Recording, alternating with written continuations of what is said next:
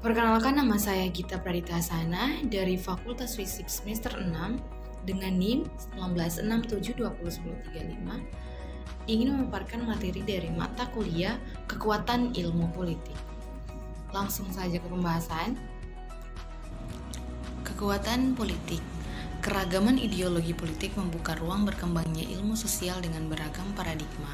Bahkan kini telah berkembang paradigma politik yang merupakan kelanjutan dari paradigma sebelumnya, atau dalam istilah Thomas Kuhn, masih terdapat ideologi lain yang menjadi alat penggerak kekuatan sosial politik seperti postmodernisme, postmarxisme, dan neoliberalisme. Kekuatan ideologi. Komunisme, teori kelas sosial Karl Marx, dikembangkan oleh penggantinya menjadi penguasaan masyarakat oleh Partai Komunis dan mengupayakan penyebaran komunisme ke seluruh dunia. Dalam doktrin komunis, pemerintah menekankan agar semua faktor produksi utama dimiliki pemerintah, dengan beberapa pengecualian semua produksi dilakukan oleh pabrik-pabrik dan pertanian milik pemerintah. Serikat pekerja dikendalikan pemerintah. Pengambil alihan negara yang dulunya bukan komunis oleh pemerintah komunis berdasarkan salah satu doktrin komunis, yaitu seluruh faktor produksi dimiliki pemerintah, maka pemerintah cenderung mengambil alih perusahaan swasta.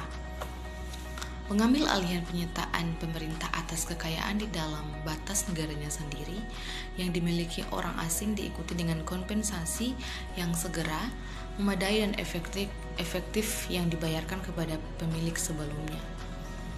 Penyitaan pemerintah atas kekayaan di dalam batas negaranya sendiri yang dimiliki orang-orang asing tanpa pembayaran kepada mereka. Liberalisme di Indonesia. Liberalisme adalah paham yang meyakini bahwa kebebasan politik dan ekonomi merupakan hak setiap individu dan ketidakadilan sosial merupakan hal yang wajar terjadi. Kapitalisme. Sistem ekonomi di mana alat-alat produksi dan distribusi sebagian besar dimiliki dan dioperasikan oleh swasta untuk keuntungan pribadi. Kaum kapitalis beranggapan bahwa idealnya semua faktor produksi adalah milik swasta atau perorangan. Dalam dunia kapitalis, pemerintah membatasi fungsinya dan hanya menangani fungsi yang tidak dapat dilaksanakan swasta atau perorangan, misalnya pertahanan nasional, polisi, pemadam kebakaran, dan pelayanan umum lainnya, serta hubungan antar pemerintah dan internasional. Peraturan dan birokrasi. Para pelaku bisnis Amerika Serikat dan negara kapitalis pada umumnya keberatan dengan berbagai hukum, peraturan, dan kegiatan birokrasi. Sosialisme di Indonesia. Kepemilikan oleh masyarakat secara kolektif atas alat-alat produksi dan distribusi dasar dioperasikan untuk digunakan ketimbang mencari laba. Paham sosialis menganjurkan kepemilikan atau pengawasan pemerintah produksi, distribusi, dan pertukaran yang cocok keuntungan bukan merupakan tujuan.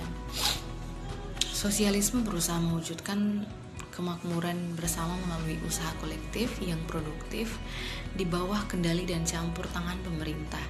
Dalam sosialisme, kebebasan individu dibatasi dan mengutamakan pemerataan kesejahteraan bersama.